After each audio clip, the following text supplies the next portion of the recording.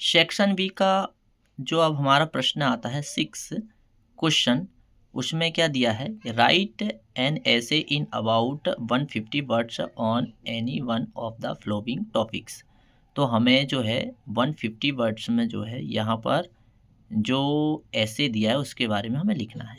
तो जैसे यहाँ पर ऐसे में क्या क्या दिया है, importance of game and sport, फिर दिया है एनी फेस्टिवल्स, फिर दिया है सेफ्ट्री, फिर दिया है साइंस इन डेली लाइफ, और फिर दिया है माय हॉबी।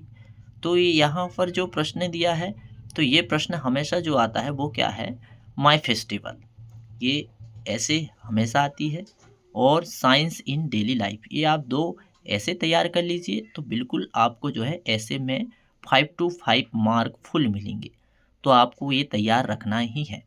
फिर इसके अथवा में क्या दिया है, जब आपको ऐसे याद है तो इसके अथवा में हमें ज़्यादा मेहनत करने की ज़रूरत नहीं पड़ती है। फिर भी हम देख लेते हैं क्या दिया अथवा में, कि right a paragraph in about 150 words in important of yoga. तो योगा के बारे में यहाँ पर दिया है कि योगा किस प्रकार महत्वपूर्ण है, इसके बारे में हमें बताना है। फिर सेक्शन बी में हमें क्वेश्चन नंबर 7 मिलेगा, और उसमें क्या दिया है, डू अस डायरेक्टेड, और डू अस डायरेक्टेड में हमें एनी 5 देखना है। दिया है 6, हमें 5 सॉल्व करना है। तो सबसे पहले दिया है हमें एक प्रश्न दिया है, और वो क्या है, क्षितिज प्ले क्रिकेट। तो इसको क्या बनाना है, change into past indefinite tense. Second दिया है हमारे पास, do as directed, Ram killed Ravan, और इसको चेंज क्या करना, change the voice. Change the voice में कैसे बनेगा ये, Ravan was killed by Ram, यानी रावण को राम ने मारा। फिर इसके बाद में हमें थर्ड दिया था डू अस डायरेक्टेड में, क्या दिया था, rearrange the words to make a meaningful sentence. हमें ये सेंटेंस को क्या करना है, सिस्टोमेटिक वर्ब के हिसाब से या ऑब्जेक्टिव के हिसाब से जमाना है। They have bought a new car.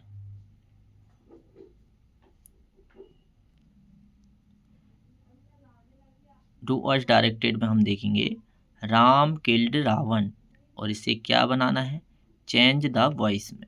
Change the voice में हम बनाते हैं तो जो है ऑब्जेक्टिव पहले आ जाता है, फिर इसके बाद में क्रिया चेंज हो जाती है और सब्जेक्ट बाद में चला जाता है। तो Ravan was killed by Ram, यानी रावण को राम ने मारा। फिर सेकंड क्या दिया है, rearrange the words to make a meaningful sentence, यानी हमें सेंटेंस को अरेंज करना है। तो सेंटेंस को अरेंज करेंगे तो क्या आएगा, they have bought a new car, यानी उन्होंने एक नई कार खरीदी। अब इसके बाद में क्या दिया है, फोर्थ नंबर का, टाल्क प्रॉपर्ली, पहला सेंटेंस दिया, सेकंड क्या दिया है, आई शैल वेट यू। अब हमें इसे कंबाइन कैसे करना है, अदरवाइज से, तो बनेगा कैसे, talk properly otherwise I shall wait you. इसका हर अर्थ क्या होगा, ठीक से बात करो नहीं तो मैं तुम्हें मार दूंगा। अब इसके बाद में अगला जो प्रश्न था वो क्या था, to find error in other in easy, और इसमें क्या बताना है कि write the sentence beginning with if का प्रयोग करना है, यानी दूसरों पर गलती निकालना आसान है, तो हमें इफ का उपयोग करके सेंटेंस बनाना है, सॉरी इट का उपयोग करके। It is easy to find error in otherwise, और इसका अर्थ क्या होगा कि दूसरों पर गलती निकालना आसान है। फिर फोर्थ नंबर में क्या दिया डू अस डायरेक्टेड में, शिवा कुकेड फूड, बनाना क्या हमें, चेंज इनटू नेगेटिव सेंटेंस में बनाना है। तो चेंज इनटू नेगेटिव सेंटेंस में हमें डिड नॉट कुकेड फूड, यानी शिवा डिड नॉट कुकेड फूड। फिर इसके बाद में जो है 6 नंबर का हमारे सामने प्रश्न दिया, वो क्या है, the box in very heavy, यानी फिर सेकंड क्या दिया है, I can not lift it, और इसे combine the pair of sentence use so that का उपयोग करके। तो वेरी के स्थान पर सो का उपयोग होता है और दोनों सेंटेंस के बीच में दैट का उपयोग कर होता है। ये तो आपको बहुत अच्छे से पता होगा। तो कैसे बनेगा, the box in very heavy, the box in so heavy that that I can not lift it. तो ये है डू अस डायरेक्टेड। तो कैसे लगे आपको टू एस डायरेक्टेड। और अभी हम सेक्शन सी देख रहे हैं, तो मुझे कमेंट्स करके ज़रूर बताइएगा। अब हम सेक्शन सी में क्या देखेंगे, फिल इन द ब्लैंक्स, और कितने देखना है, 5। तो सबसे पहले हमें आर्टिकल दिया है, आर्टिकल में हमें जो है ठीक से पहचानना है कि ये लगेगा, एन लगेगा या द लगेगा। तो माय अंकल इन MLA, मैंने माय अंकल एन MLA, आपको पता है जब स्वर से कोई शब्द स्टार्ट होता है तो उसके सामने एन लगता है। फिर क्या दिया है, यू सिट हेयर, फिर इसमें क्या लगेगा, यू शुड सिट हेयर, यानी तुम्हें यहाँ बैठना चाहिए। फिर क्या दिया है, ब्लैंक डॉग सेल्डम वाइट, और इसमें हमें क्या दिया है ऑप्शन में, ब्रेकिंग ब्रेक बार्क, यानी भौंकने वाले कुत्ते कम ही काटते हैं। तो आंसर क्या आ जाएगा, वर्किंग, क्या आ जाएगा, वर्किंग। फिर क्या दिया है, Hema has been dancing blank morning, यानी हेमा कब से डांस कर रही है, कितने समय से, तो सिंस मॉर्निंग से कर रही है, यानी सुबह से नाच रही है। इसके लिए हमें टेंस का ज्ञान पूरा होना चाहिए। तो मैं समझता हूँ टेंस के बारे में आप बहुत कुछ जानते हो, और नहीं जानते हो तो आप कमेंट्स करके ज़रूर बताइएगा। The servant didn't make blank tea, अब टी है यानी चाय, टी यानी चाय ज़्यादा, तो इसके लिए हम किसका उपयोग करते हैं, मच का उपयोग करते हैं। ज़्यादा के लिए किसका उपयोग करते हैं, मच का उपयोग करते हैं। Blank there I blank there is life there is hope, इसमें क्या लगेगा, यानी वेयर, वेयर, यानी यहाँ पर थोड़ी सी मिस दिया हुआ था, वेयर नहीं दिया यहाँ पर, if unless as long as दिया है। तो इसका आंसर सही यदि देखें तो where, where there is life there is hope, यानी जहाँ जीवन है वहाँ आशा है। अब इसके बाद में 6 नंबर हमें करना तो एनी 5 है, लेकिन 6 नंबर का भी आप देख लीजिए, यदि ये पेपर में आया तो Mohan is sitting blank Ram and Shyam, अब उपयोग किसका करना है, बिटवीन अमोंग, और क्या दिया है, एनिस्ट। तो इसमें क्या आएगा, यानी मोहन राम और श्याम के बीच में बैठा है, तो बिटवीन यानी साइड में होता है। तो इस तरह से हमने सेक्शन सी देखे। अब हम सेक्शन डी भी देखेंगे। सेक्शन डी में क्या दिया है, सेक्शन डी में जो है कुछ आपको यहाँ पर जो है एक पैराग्राफ दिया है, उस पैराग्राफ के बारे में हम देखेंगे। इस एक्सट्रैक्ट में जो है क्या होता है, एक बार जो है लेखक घूमने के लिए ईरान जाते हैं। चलिए इंग्लिश से पढ़ लेते हैं तो उसी से हमें सारे आंसर मिल जाएंगे। Early in the new year of 1956 I travel to southern Iraq. By then it had crossed my mind that I should like to keep an outer inside of a dog, and that comes comes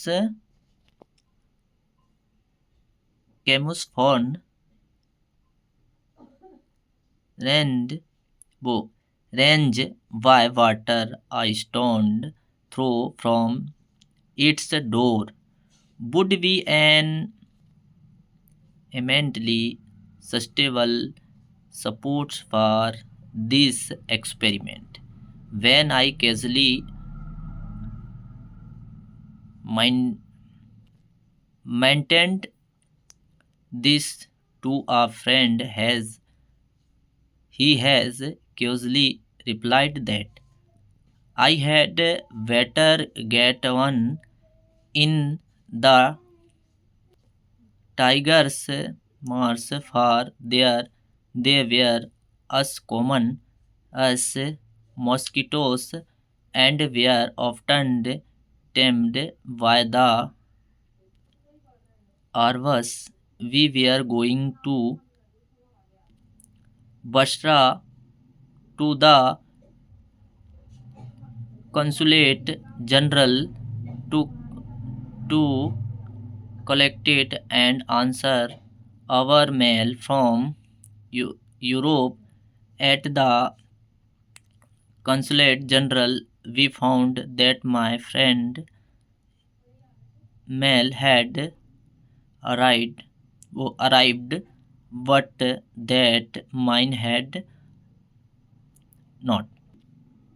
तो इस extract में कभी घूमने के लिए जाते हैं और घूमने के लिए जाते हैं तो वहाँ पर देखते हैं और वो सोचते हैं कि कुत्तों से अच्छा जो है, वो सोचते हैं कि कुत्तों से अच्छा तो उसकी जगह में ऊदबिलाव पालना चाहते थे। तो इसके बारे में यहाँ पर पैराग्राफ के बारे में बताया गया है। तो ये आप स्वयं रीडिंग करिएगा और मैं आपको आंसर करेक्ट करवा देता हूँ कि द ऑथर ट्रेवल्ड यानी वो कहाँ घूमने के लिए गए थे, तो वो इराक, यानी लेखक ने इराक की यात्रा की। When did the author travelled यानी उन्होंने कब यात्रा की, 1956 में।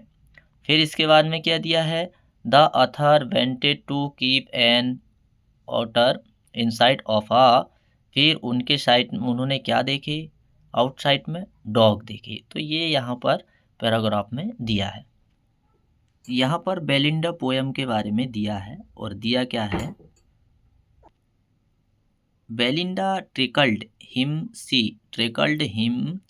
unmerciful ink, willing and mustard. They rudely called him Percival. They all sat lounging in the title red wagon at the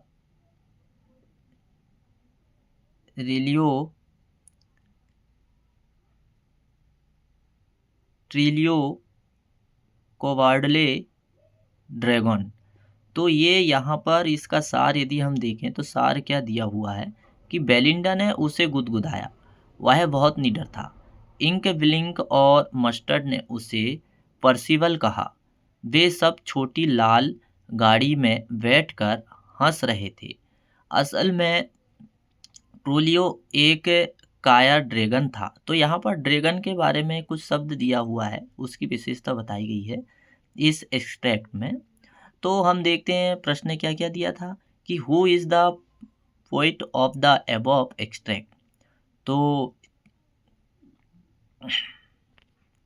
तो यहाँ पर पोइट का नाम पूछा है, तो पोइट है ऑगडन नैश। फिर इसके बाद में होम डिड बेलिंडा ट्रिकल्ड, यानी बेलिंडा जो है, बेलिंडा ने कस्टर्ड को गुदगुदाया। बेलिंडा ने किसे गुदगुदाया, कस्टर्ड को। सॉरी, इसका आंसर कस्टर्ड ना आके मस्टर्ड आएगा। They all set blank in the title red wagon, यानी वे सभी छोटी लाल गाड़ियों में बैठकर हंस रहे थे। तो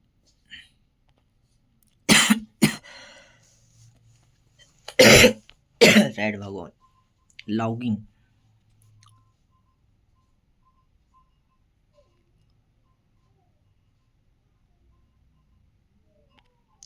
बी नंबर का इसका आंसर आएगा। चूज द करेक्ट आंसर, यानी यहाँ पर कुछ प्रश्न दिए हुए हैं और पूछा गया है कि हु वाज लेंचो, यानी लेंचो कौन था। लेंचो एक किसान था, यानी पेजेंट, यानी कौन सा सी नंबर का आएगा। फिर इसके बाद में पूछा गया है कि 10 मई इन साउथ अफ्रीका इज ब्लैंक, यानी दक्षिण अफ्रीका में 10 मई गर्मी का दिन होता है। कौन सा डे होता है? समर डे होता है, यानी ए नंबर का। फिर क्या दिया हुआ है थर्ड नंबर का? Monthly account of the worker were recorded on blank, यानी इसका शब्दार्थ क्या होगा? वेकर के मासिक हिसाब घर के मुख्य दरवाजे पर लिखे जाते थे। कहाँ लिखे जाते थे? मुख्य दरवाजे में, यानी आंसर क्या आएगा? बी नंबर का, the main door of the house. फिर इसके बाद में फोर्थ नंबर का क्या दिया है? The main crop of Coorg is, यानी कुर्ग किस स्थान की या किस जगह की मुख्य फसल है? कॉफी। इसका आंसर क्या आएगा? कुर्ग की मुख्य फसल कॉफी है। अब हम देखेंगे क्वेश्चन आंसर। तो क्वेश्चन आंसर में क्या दिया है? एनी 6 2 नंबर के क्वेश्चन है।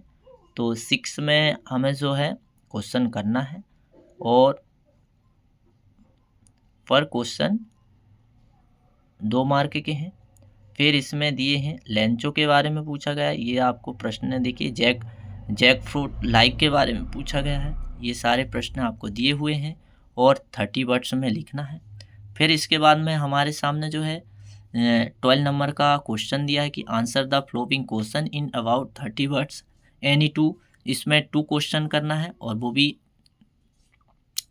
30 वर्ड्स के हैं और पर क्वेश्चन 2 मार्क। फिर इसके बारे में पूछा गया है answer the flowing question in about 30 words any 2, और पूछा किस किस के बारे में गया है कि what does fire and ice. ये सारे प्रश्न जो है वर्क बुक के हैं। फिर इसके बाद में पूछा है 14 number question, answer the flowing question in about 75 word anyone what was the case of. ये सारे पूछे हैं, 75 वर्ड्स का है ये, और इसमें एक क्वेश्चन जो है 3 नंबर का है और हमें 1 क्वेश्चन करना है। फिर दिया है answer the question in about 75 words anyone, इसमें भी एक क्वेश्चन ही करना है, ये क्वेश्चन आया था। फिर इसके बाद में 16 नंबर का answer the question in about 75 words anyone write the central idea of the poem से पूछा गया है कि। फिर पूछा गया how to tell wild animal. फिर what does the young boy say to Anne. ये सारे क्वेश्चन इसमें पूछे गए थे। तो दोस्तों ये मेरा वीडियो आपको कैसा लगा? आई होप ये वीडियो आपको बहुत पसंद आया होगा। तो यदि मेरा वीडियो आपको पसंद आया है तो लाइक शेयर सब्सक्राइब करना ना भूलें। और मेरे चैनल का नाम है पीएटी विथ सचिन राय, और मैं कोशिश करूंगा कि अगली बार मैं आपको बहुत अच्छी जानकारी और आपको साझा करूं आपके साथ में। और मैं लगातार जो है 4 साल के यानी 4th ईयर के क्वेश्चन सेट आपको देने वाला हूं। तो आप मेरे वीडियो में लास्ट तक बने रहें और मेरे चैनल को सब्सक्राइब ज़रूर कर लें। मेरा वीडियो को देखने के लिए बहुत बहुत सारा आप सभी को धन्यवाद।